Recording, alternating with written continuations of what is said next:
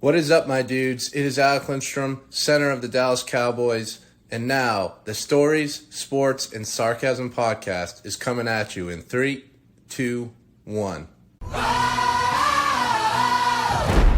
Ladies and gents, this is the moment you've waited for. So I guess we can go back to talking about Ohio State. So. I don't know whether it's Ohio State expectations are way too high or what, but I see a lot of people calling for CJ to be benched. I see a lot of people calling for Day to be fired because he's John Cooper 2.0. Oh yeah, and I completely agree with that with the John Cooper thing. Is he can win all the games until it comes time to win important games, and he couldn't win them. Or does Ohio State deserve to be in the Final Four? Yeah. No. I think they've only lost one game. They've only lost one game, but who have they played? Well, that's true. And I'm not usually one to advocate for Ohio State, but Ohio State Notre Dame USC game last night. Anybody?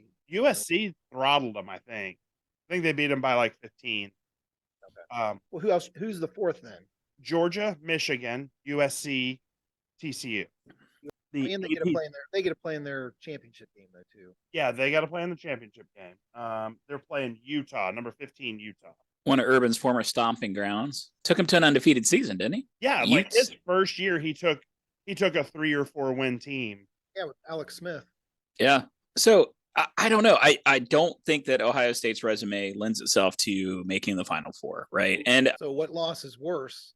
Losing to the number 3 team in the country? They're going to get to play in their conference championship.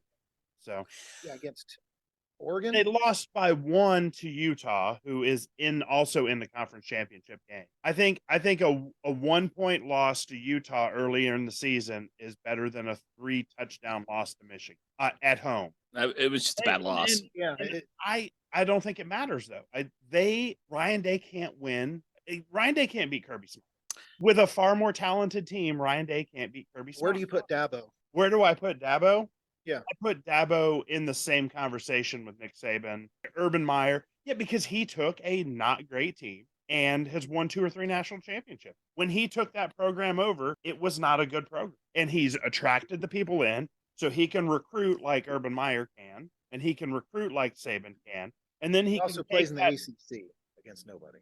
Right, but he goes out in national championships and beats Ohio State 31-0. Beats Urban Meyer's Ohio State team 31-0. He's beat Alabama twice in national championships. Twice? Yeah, I think they beat them twice in the national championship. I don't think that's right. I think you just made that up. Jim, what's your top 4 then? Top 4, it's going to be it's got to be Georgia. Everybody just pops up, really. I mean, Georgia. Yep. Georgia, Michigan, of course. TCU, USC, and then I'd probably got Ohio State's going to be. I mean, it doesn't matter at that point, 5 or 6. It doesn't matter. Right. Who do I think the 4 best teams in the country are? Georgia, Michigan, Alabama, Ohio State. I think those are the 4 best teams. I really think those are the 4 best teams. We took a bad beat to Tennessee. We should 18 penalties, and we were a field goal away from winning that. If you put Ohio State and against the top 3, I don't know that I think they could beat TCU, but I don't think TCU beats anybody either. I really think it's Michigan, Georgia, and I think Georgia's gonna beat Michigan. I don't see. Well, what I'm saying is, if you're playing it out with the 4 best teams, I think those are the 4 best teams. Do I think either one of them can play with either one of them can play with Georgia? Not at all. But let's say, just for argument's sake, it's a 6-team playoff, and that puts Ohio State and Alabama in. Ohio State would be playing USC, and I think they kill USC.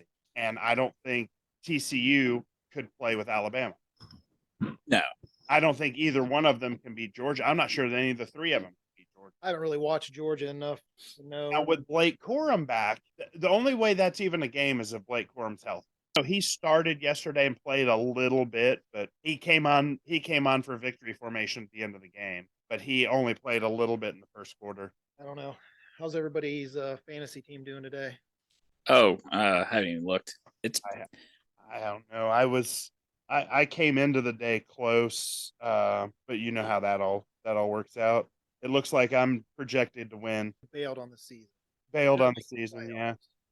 23.3 out of Godwin. 0 out of Fournette, of course. 0. Yeah, 0 out of Fournette. T. Higgins 18. Yeah, it doesn't look like Fournette's even touched the ball. He's out. Did he start? Oh, great. I didn't see that he was out. So when I checked my lineup this morning, when you check it on here, it doesn't list their status, and I didn't go in and look. Yep. So Oh, I forgot I started David Njoku. Damn it. And I have Adam Thielen on my bench. Ah, doggone it. Miami got me 20 points on defense, though. I'm getting slaughtered by Dr. Dean. I beat Dean last week. It was just shocking. Dean's been struggling. You kept saying, I don't have a team that's going to beat Dean. I don't have a team that going into the playoffs could have beat Dean. I really don't think I could have. Long season. Injuries happen. Dean's getting crushed in injuries right now. Right, but all these injuries are going to cash out at the end of the year, and unless he loses, I don't know. It's going to take a lot to beat him. He's got Deshaun Watson sitting on his bench. I don't know. Picked him up the day before I was going to. Like I went in to pick him up, and Dean had picked him up the day before. What's the anticipation from Cleveland with Deshaun Watson this season? I mean, it's not going to save their season. They're pretty much out of the playoffs. The AFC North are looking more like the NFC East every day. Except the NFC East looks good. What happened to the Eagles and the Cowboys? They finally started having winning seasons instead of making the playoffs at 7-9 or 7 and whatever it is now.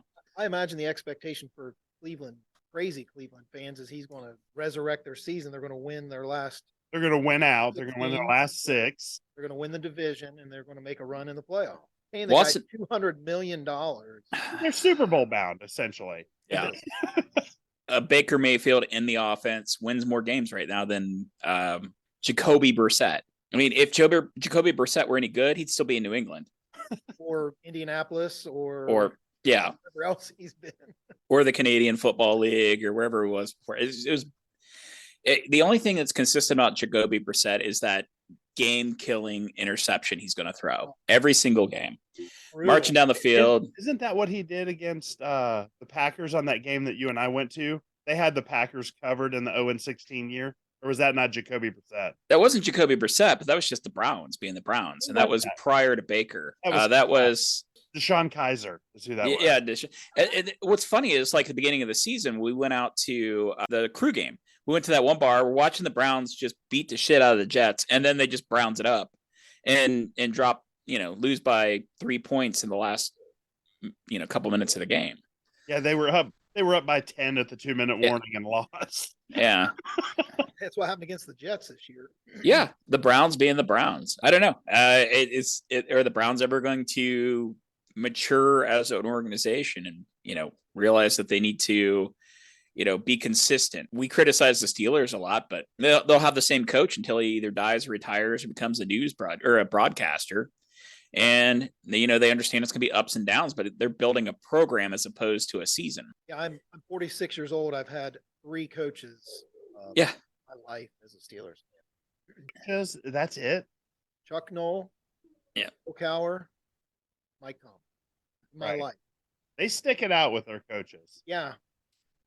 I've had 3 coaches in 3 seasons with Cleveland at times. It may have been 4 at one point, in 3 seasons. They just continue to rotate through coaches.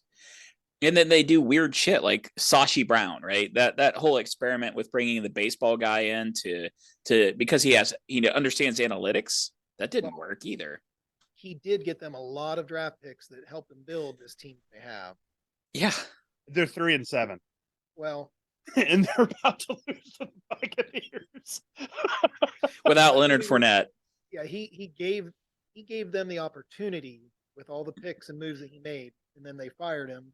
I don't know if he would have known what to do with all the picks, right? Correct moves, but as far as analytics and kind of shuffling players for picks, he did a good job. They moved on from him, and who was after that? There was a defensive coordinator, wasn't it? As GMs go, shoot, I don't remember. They float through people. Honestly, what is it? Oakland has probably more assistant coaches go through their system than Cleveland Brown has head coaches, but that's it. I mean, that's the only organization that goes through coaches faster than Cleveland does. It's just miserable to watch. And then the Packers, they're doing terrible this year. Oh yeah. Which they fucking deserve it. They keep bowing down to Aaron Rodgers and giving him all the money that he wants, and they can't hire anybody to play with him. I mean, Jim would have to have a second job to go up there and play wide receiver for the Packers with Yeah. the money that Aaron Rodgers takes from. Who wants to go there as a receiver and get blamed for every missed pass? Well, first of all, the winters are shitty up there, right? Who wants to go and live in 5 feet of snow for 7 months a year, right? While you're trying to play football. Well, if you could go up there and you could win a Super Bowl, yeah, you could do that. But the problem is that Aaron Rodgers is like, oh, you guys have 75 cents down there. He complains if the vending machine steals his money. Right. Well, he gets a cut of the vending machine, I'm sure. I mean, they have to collect all the cans up and throw them in the back of his truck so he can take them to the recycling center. And that's it. Ever since he got out of that first contract, they went and they beat the Steelers in the Super Bowl before he got that first big contract, and he had players around him, but he drove Jordy Nelson out of town. He drove Randall Cobb out of town. He brought Randall Cobb back. He drove Devontae Adams out of town. Eddie Lacy. Yeah. Eddie Lacy drove himself out of town on a food truck is what Eddie Lacy did. Yeah, Lacy's he drove Tacos. himself out of town. He sure as shit didn't bike. Yeah.